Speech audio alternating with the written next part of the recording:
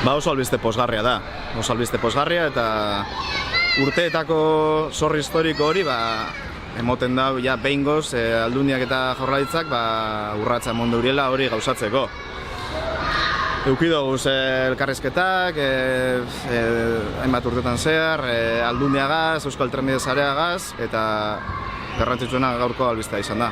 Gaur behingoz esan dauriela bai aurrera doala. Garrantzitsuena da, Galdakoko erdigunera helduko dela auzoetatik pasata, eta 2027 iragarrita dau. Eta gero beste urrats garrantzitsue ospitala da. Ospitalak lotura ukitan metroagaz funtsezkoa da. Dano dakigu zelan, Bizkaiko ospitale bakarra zala, metroarekin loturarik.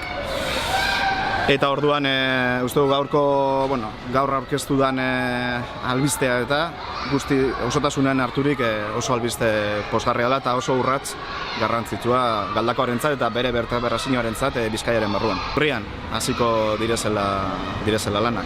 Beraz, errealitate bihurtzen ari da herritarrek eta eragileek bultzatutako nahi hau